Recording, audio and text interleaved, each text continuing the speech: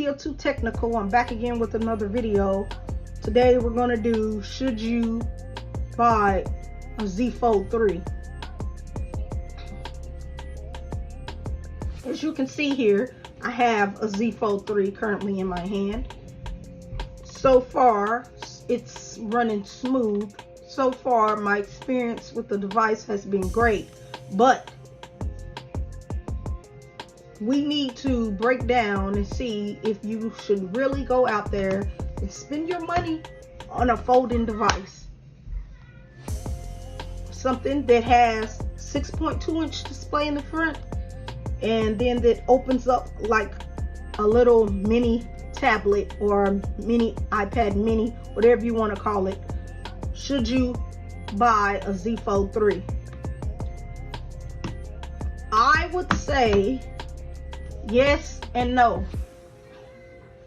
Yes, because it's different, it's new technology. This might be the new future. They might start making a lot more foldable devices in the future. There's a lot of companies, well, Samsung is the main company that's making foldable devices, but you have Huawei that has one, you have Xiaomi that has one, and I believe Google may be coming out with one. I don't know how true that is.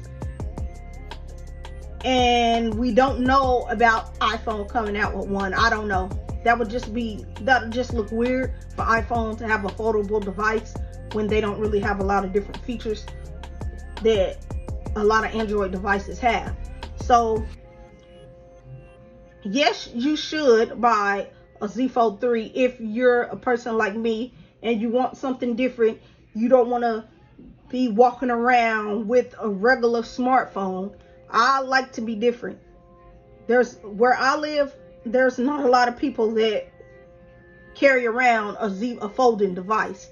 I know that for a fact because I've been out, I've been doing things. I see what's in a lot of people's pockets. A lot of people here are carrying iPhones or budget Android devices or Samsung devices, but not the Fold. They either have the Note or the S line phones or the A line phones. Not a lot of people are carrying a ZFold3. And to me, that's really cool because that makes me feel even more exclusive to know that I have a ZFold3 and not a lot of people where I live have a ZFold3.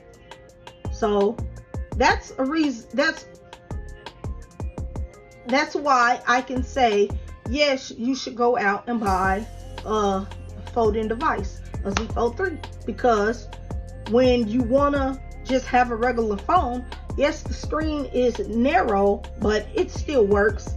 I can text on this phone fine, but that's just me because my hands are not too small and they're not too big, they're perfect. I can text on this fine. I've been using the outer display a lot. Of course, it would have been nice if it could have been a lot bigger, but it's not. Maybe next year or the years to come. But this is cool because when I want to just have a regular looking device, of course it's going to be thick because it's a folding display, but when I want to have a regular looking device, I have it in this mode. But when I want to have something more bigger, immersive, if that's a word, you have your 7.6-inch display. When you're out in public, people are going to turn heads when you unfold this device because they're going to be like, hey, didn't they just unfold a phone? Was that a phone you just unfolded? They're going to ask a lot of questions. And I'm down for that. I'm down to stop and tell people what this device is and to let them know that it's a folding device and that they should go pick one up if they want something different. So those are reasons why I believe you should go buy a folding device, a ZFold3. Now, reasons why you shouldn't go pick up a folding device is because they are pricey. This device is this variant with the 256 is $1,700.99 plus tax. That's a lot of money for a device. But like I said, you can find this device cheaper than that. If you do go through your carrier, they have trade-ins, or Samsung, they might still have trade-ins going on. So you can get this device probably for around $600 or $800 something if you have other nicer and newer devices to trade in. But I say don't pick up a folding device because they're very expensive. Another reason why you shouldn't go out and pick up a ZFold3 or folding device is because you're going to have a hard time finding the right kind of cases and the right kind of screen protectors for these devices.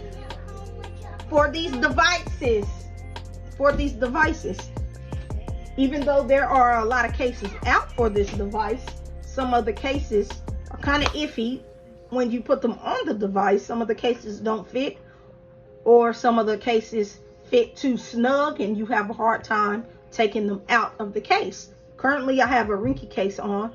It fits nice for now. I have another case coming, but for now this is a nice case. And screen protectors, there are companies that make screen protectors for the ZFold3, which the main known screen protector company is Whitestone Dome, but they make good screen protectors for the device, but they can be kind of pricey. And that's another thing with the ZFold3. When I buy my phones, I like to have 3, 4, and 5, and 6, and 7 different kind of cases laying around so I can change my phone up. And I'm kind of struggling right now with the ZFold3 because there's a lot of cases for this device, but the cases for this device are pretty steep. They're pretty expensive, like $79, $89 something dollars, because you're getting 2 cases basically in one. You're getting 2 cases. You have to get the screen part of the case and the back side of the case, and that costs money. I'm not saying I'm broke or nothing, but I'm just saying for a regular slab phone device, the cases are not that expensive. So that's another thing you need to take in mind if you are thinking about going to pick up a ZFold3. Not just the ZFold3, any folding or flipping device, because the cases are going to be expensive. And the more they come out with these kind of devices, the more expensive these devices, unfortunately, the more expensive these devices are going to get, and the more expensive the accessories for the device is going to get. So that's another reason why I say you shouldn't go out and pick up a folding device. You shouldn't go out and pick up a ZFold3 because you might not like the cameras that the ZFold3 have.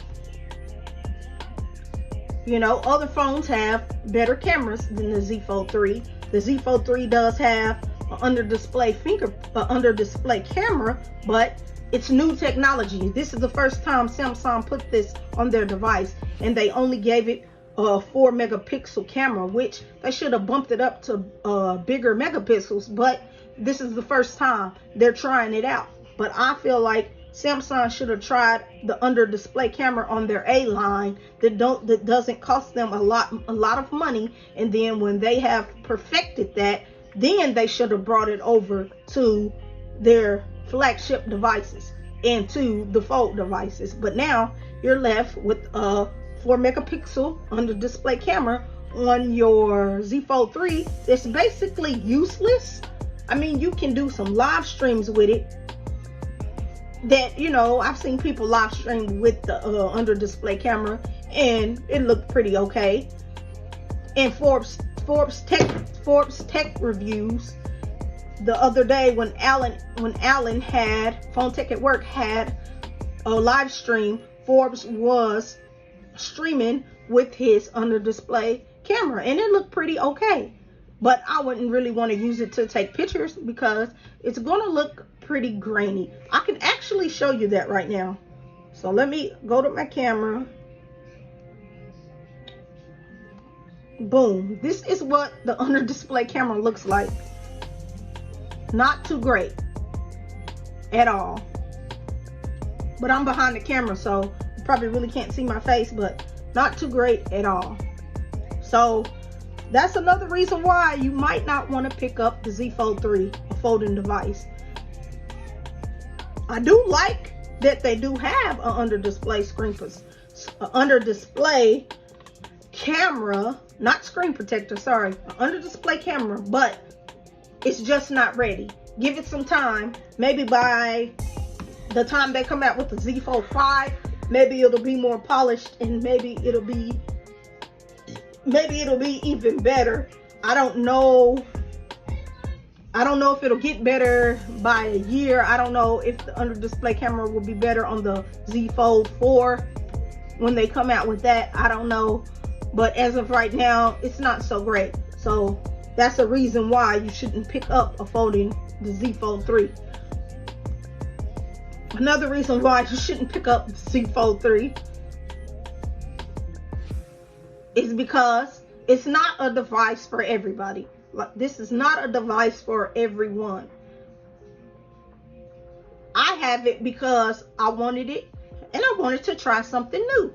But I also know that no phone is perfect. Whether it's an iPhone, a Z Fold, a Google phone, no phone is perfect.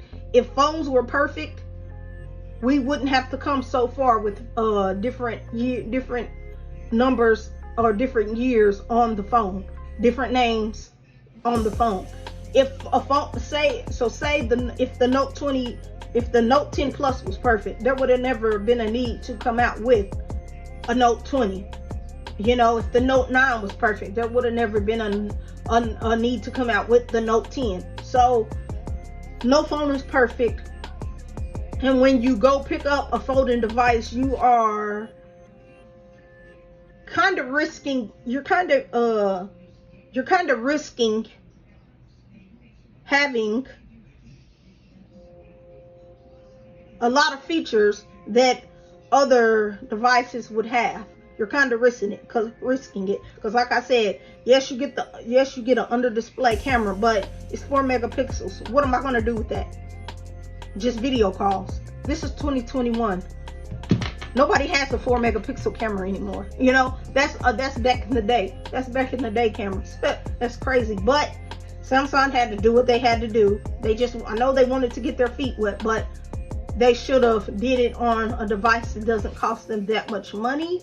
And then once they seen that it was going to work out, then they should have brought it to the big boys. So with getting foldable devices, something different like this, you lose some features, you lose some things. Like I said, the cameras are okay, but they could be better. But hey, this is a folding device. It already costs a lot of money, and actually they kind of cut the price down because the ZFold 2 I've heard was $2,000, and that's a lot of money. And this is sitting at $1,700 or $1,800. All depends on what storage you get. I have the 256. So you lose some things when you're picking up a different device. You lose things, but you also gain things. You gain a bigger display in the inside. You lose a bigger display on the outside. Simple. It's just simple as that. So with that being said, yes, you should buy a ZFold 3 if you want something different. If you don't want anything different and you're just used to a regular smartphone, then please do not buy the ZFold 3 because you probably won't be happy. But overall, I'm happy with my purchase. Rate, comment, and subscribe to this YouTube tech channel. And I'll catch you in another video. I'm out.